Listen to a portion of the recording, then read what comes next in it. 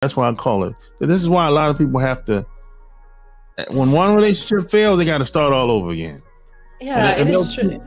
And they'll keep on, it's like a hamster wheel. It is true that many of us are stuck in different patterns, be it relationships or anything in life. At the same time, isn't it great that she got to talk to you? Because who knows the effect that that conversation had on her, and maybe made her reflect on a few things. So again, the power of relationships, you know, that she said with a friendly person and brought the seed to her. Because it is by speaking and sharing that sometimes we get the message that we need to hear, to reflect and to see, to recognize our pattern. Because as you said in the beginning, we're so stuck in living in autopilot like robots, and we don't even see what we're doing. But then we might have one single conversation or listen to a single podcast, and a little space is open and an aha moment comes, you know, if we just pay attention. Yeah, I always say, there's like, I call these the big threes: self-love, self-respect, and self-image. Those are the three things that I think everyone should focus on, you know, because otherwise it's going to be life is going to be very difficult if you don't have those three things.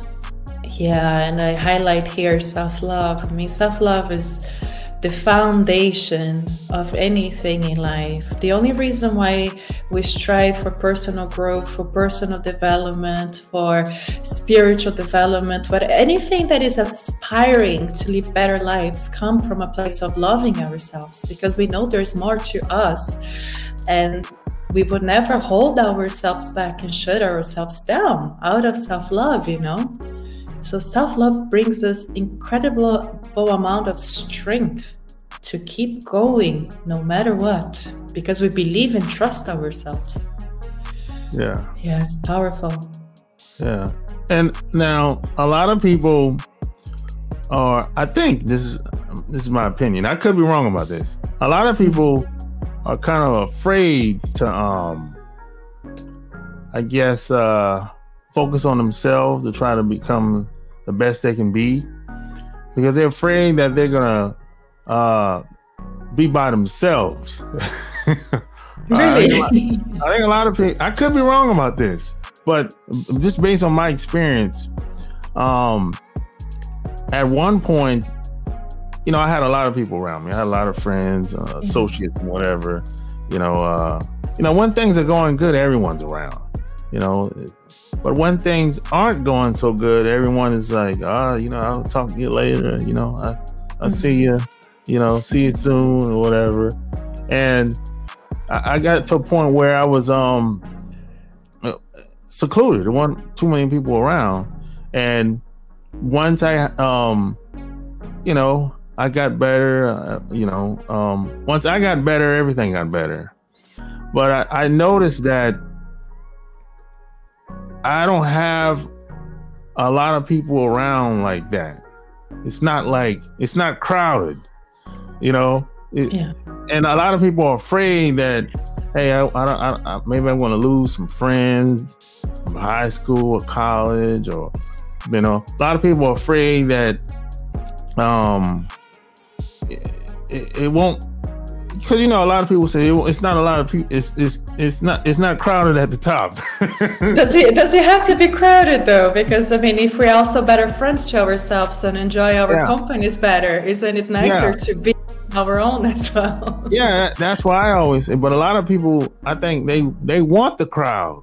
They embellish the crowd, right? Now I'm, you know, that I never really thought about it like that. I always looked at it like, I prefer quality over, you know, anything, you know. But a lot of people are kind of like, they love the crowd. They love, you know, it's weird. Yeah, I mean, there's an element of safety in there, of like feeling safe when there's people around.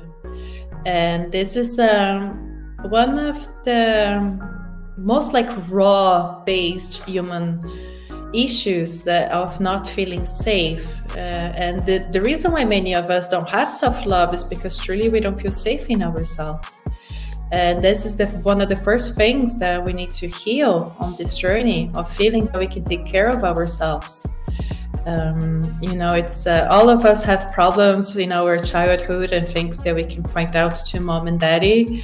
But as grown-ups, at some point we need to learn that we are our own mom and dad, and that we can no longer point fingers anymore, and that we need to take care of ourselves, and that everything will be fine. And it is true. I have gone through periods as well where I lost many friends in this journey because things change so much. I think this is a very common thing when we go for personal growth and spiritual development, that all of a sudden we change so much, that we leave so much behind. It just doesn't fit in anymore.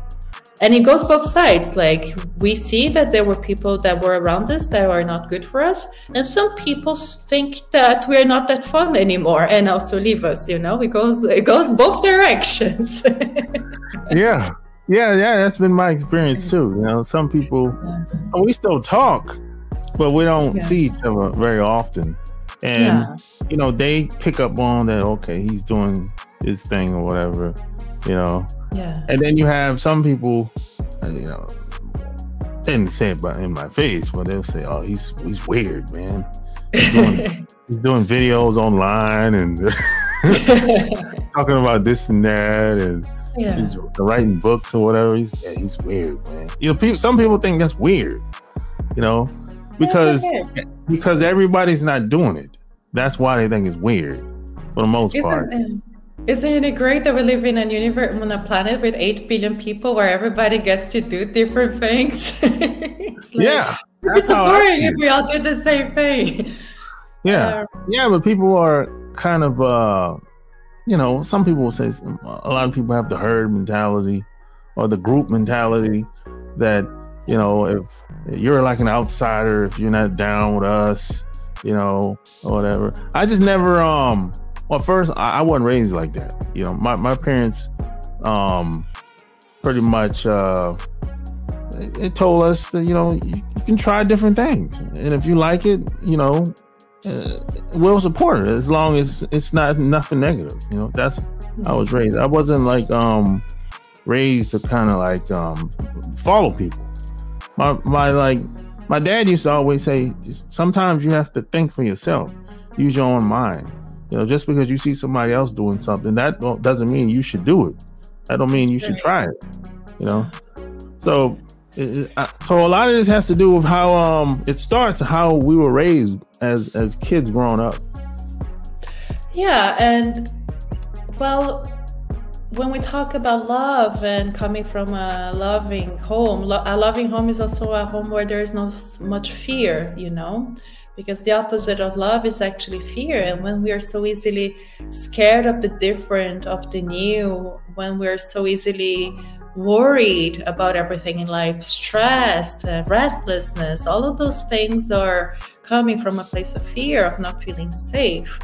And it's pretty hard to open our hearts, even to ourselves, when we are so afraid of everything, when we need so much self-protection all the time. So ability to just relax a little bit in not knowing and having a laugh and playing with life and playing with new possibilities, that there's not a single way to do things, that we can create our own path. Much of personal development and spiritual growth is about that, is understanding that each and every one of us gets to live their life in their own terms.